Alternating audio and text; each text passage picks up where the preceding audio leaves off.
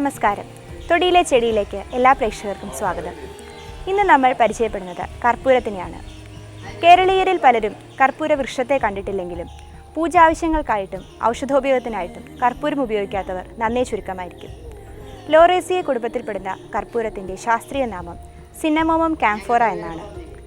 സംസ്കൃതത്തിൽ ഇതിനെ ഘനസാരം, ചന്ദ്രം, ഹിമവാലുകം എന്നെല്ലാമാണ് വിശേഷിപ്പിക്കുന്നത്.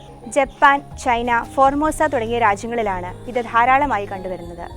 ഇന്ത്യയിൽ കർണാടക, കൊൽക്കത്ത, ഡെറാഡൂൺ, കേരളം എന്നിവിടങ്ങളിൽ ഇത് കൃഷി ചെയ്തു വരുന്നു. 8 മീറ്ററോ അതിൽ കൂടുതലോ ഉയരത്തിൽ വളരുന്ന ഒരു ചെറു വൃക്ഷമാണിത്. ഇതിൻ്റെ മരത്തൊലിയുടെ ഉപരിതലം കറുത്തിരിക്കും. കടും പച്ച നിറത്തിലുള്ള ഇലകളാണ് കർപ്പൂരത്തിൻ്റേത്.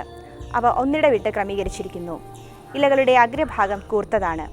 തുകൽ പോലുള്ള ഇലകൾക്ക് നല്ല തിളക്കവും ഉണ്ടായിരിക്കും. ഇല ഞെരടിയാൽ കർപ്പൂരത്തിൻ്റെ സുഗന്ധം ലഭിക്കും.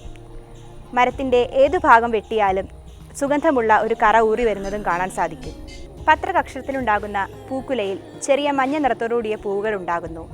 ഇതിൻ്റെ ഫലം ഉരുണ്ടതും കടും പച്ച നിറത്തോടു കൂടിയതുമാണ്. അവ പാകമാകുമ്പോൾ കറുത്ത നിറത്തിലുമാകുന്നു. ഏകദേശം 30-35 വർഷം പ്രായമായ മരത്തിൻ്റെ വിത്താണ് മുളപ്പിച്ച് നടാൻ പറ്റിയത്. കർപ്പൂരത്തിൻ്റെ തടിയിൽ നിന്നും വേരിൽ നിന്നും ഒരു തൈലം എടുക്കുന്നുണ്ട്. ഇതിൽ ധാരാളമായി സാഫ്രോൾ അടങ്ങിയിരിക്കുന്നു. ഇതിൻ്റെ വിത്തിൽ ഒരുതരം കൊഴുപ്പും അടങ്ങിയിട്ടുണ്ട്. ഇതിൽ നിന്നും കർപ്പൂരം ഉണ്ടാക്കുന്ന രീതി: ഇതിൻ്റെ നല്ലോണം വിളഞ്ഞ തടി വെട്ടി നുറുക്കി കഷ്ണങ്ങളാക്കി ഒരു പാത്രത്തിൻ്റെ മധ്യഭാഗത്ത് നിറയ്ക്കുക.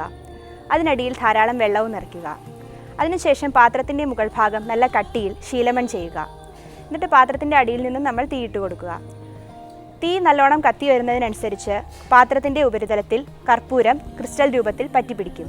ഇത് തണുത്ത് കഴിയുമ്പോൾ നമുക്ക് ക്രിസ്റ്റൽ രൂപത്തിലുള്ള കർപ്പൂരം വേർതിരിച്ചെടുക്കാൻ സാധിക്കുന്നു.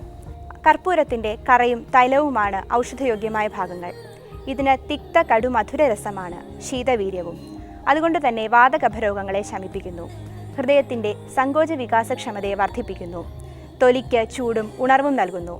പേശികളുടെയും നാഡികളുടെയും വലിഞ്ഞു മുറുകൽ ഇല്ലാതാക്കുന്നു. ശരീരവേദന കുറയ്ക്കാൻ സഹായിക്കുന്നു. കൂടാതെ ഇത് കുറഞ്ഞ രീതിയിലുള്ള അണുനാശനവും ഉള്ള സസ്യമാണ്. പനി, ചുമ, കഫക്കെട്ട്, നെഞ്ചുവേദന തുടങ്ങിയ അസുഖങ്ങളിൽ വീട്ടിൽ തന്നെ ഉപയോഗിക്കാൻ സാധിക്കുന്ന ഒരു ഔഷധമാണ് കർപ്പൂരം. കൂടുതലായിട്ടുള്ള ഔഷധ ഗുണങ്ങളെപ്പറ്റി ഡോക്ടർ CM ശ്രീകൃഷ്ണൻ നമ്മളോട് വിശദീകരിക്കുന്നതാണ്.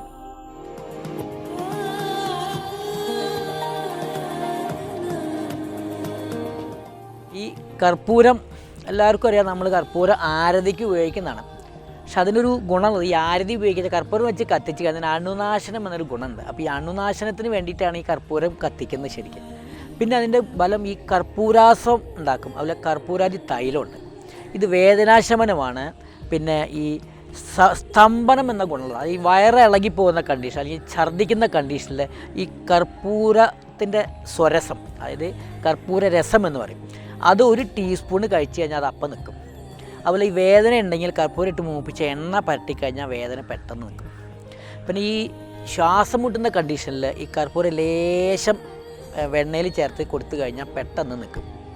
അങ്ങനെ അത്ഭുതമായ കുറേ ഫലസിദ്ധിയുള്ളതാണ് ഈ കർപ്പൂരം.